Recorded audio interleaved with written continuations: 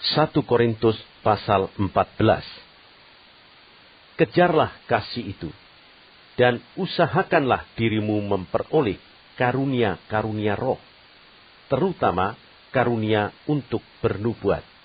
Siapa yang berkata-kata dengan bahasa roh, tidak berkata-kata kepada manusia, tetapi kepada Allah. Sebab tidak ada seorang pun yang mengerti bahasanya. Oleh roh, ia mengucapkan hal-hal yang rahasia. Tetapi siapa yang bernubuat, ia berkata-kata kepada manusia, ia membangun, menasihati dan menghibur. Siapa yang berkata-kata dengan bahasa roh, ia membangun dirinya sendiri. Tetapi siapa yang bernubuat, ia membangun jemaat. Aku suka supaya kamu semua berkata-kata dengan bahasa roh, tetapi lebih daripada itu, supaya kamu bernubuat. Sebab orang yang bernubuat lebih berharga daripada orang yang berkata-kata dengan bahasa roh, kecuali kalau orang itu juga menafsirkannya, sehingga jemaat dapat dibangun.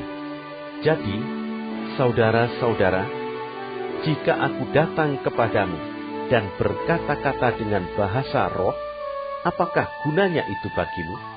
Jika aku tidak menyampaikan kepadamu penyataan Allah, atau pengetahuan, atau nubuat, atau pengajaran, sama halnya dengan alat-alat yang tidak berjiwa, tetapi yang berbunyi seperti seruling dan kecapi.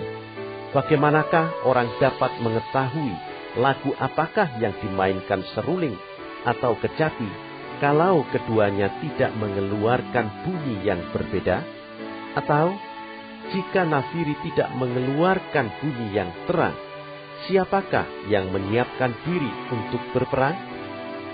Demikianlah juga kamu yang berkata-kata dengan bahasa roh.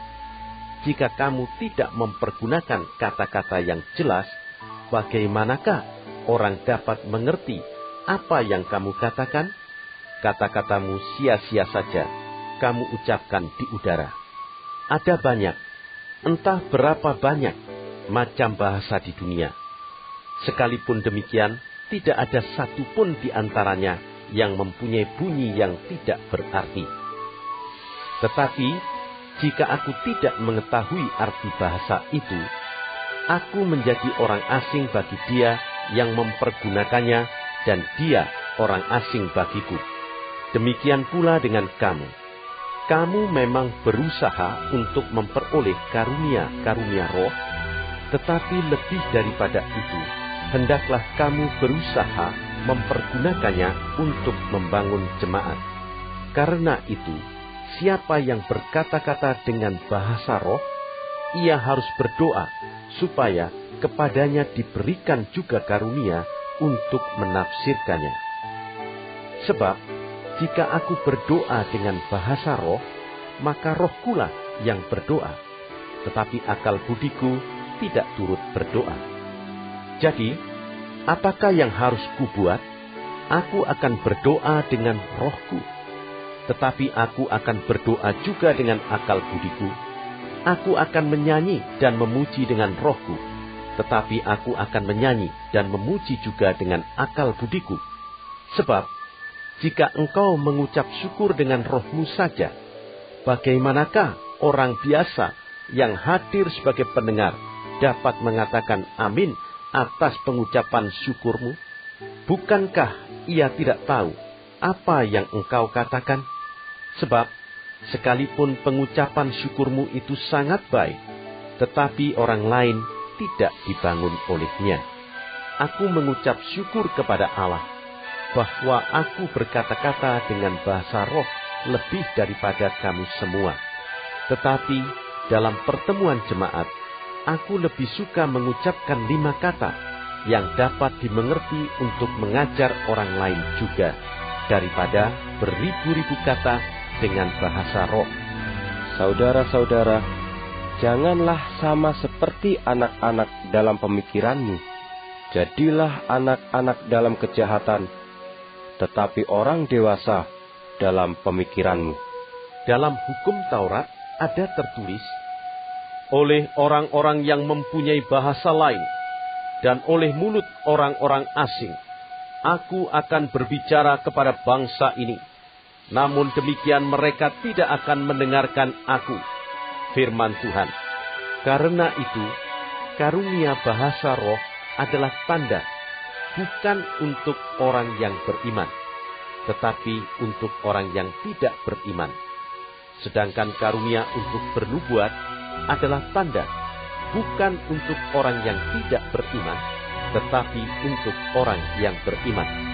Jadi, kalau seluruh jemaat berkumpul bersama-sama dan tiap-tiap orang berkata-kata dengan bahasa roh, lalu masuklah orang-orang luar atau orang-orang yang tidak beriman, tidakkah akan mereka katakan bahwa kamu gila?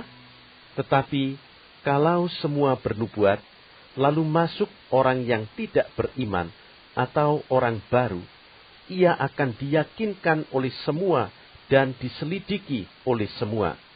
Segala rahasia yang terkandung di dalam hatinya akan menjadi nyata, sehingga ia akan sujud menyembah Allah dan mengaku, sungguh Allah ada di tengah-tengah kamu.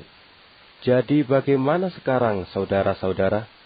Bila mana kamu berkumpul, hendaklah tiap-tiap orang mempersembahkan sesuatu, yang seorang mazmur, yang lain pengajaran, atau penyataan Allah, atau karunia bahasa roh, atau karunia untuk menafsirkan bahasa roh. Tetapi semuanya itu harus dipergunakan untuk membangun.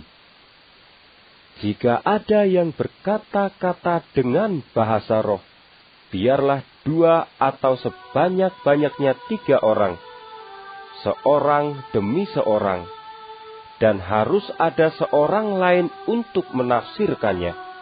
Jika tidak ada orang yang dapat menafsirkannya, hendaklah mereka berdiam diri dalam pertemuan jemaat, dan hanya boleh berkata-kata kepada dirinya sendiri dan kepada Allah.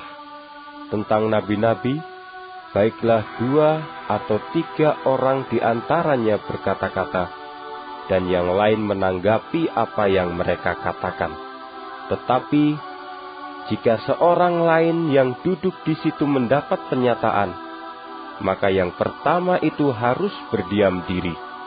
Sebab kamu semua boleh bernubuat seorang demi seorang, sehingga kamu semua dapat belajar dan beroleh kekuatan.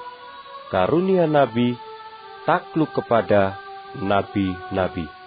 Sebab Allah tidak menghendaki kekacauan, tetapi damai sejahtera.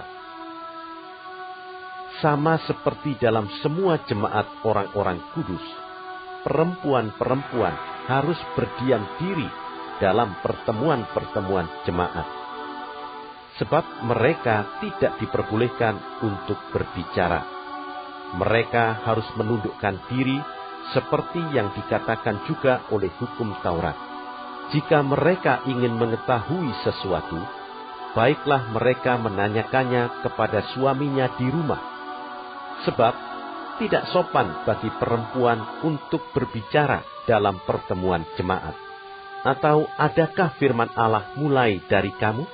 Atau hanya kepada kamu sajakah firman itu telah datang?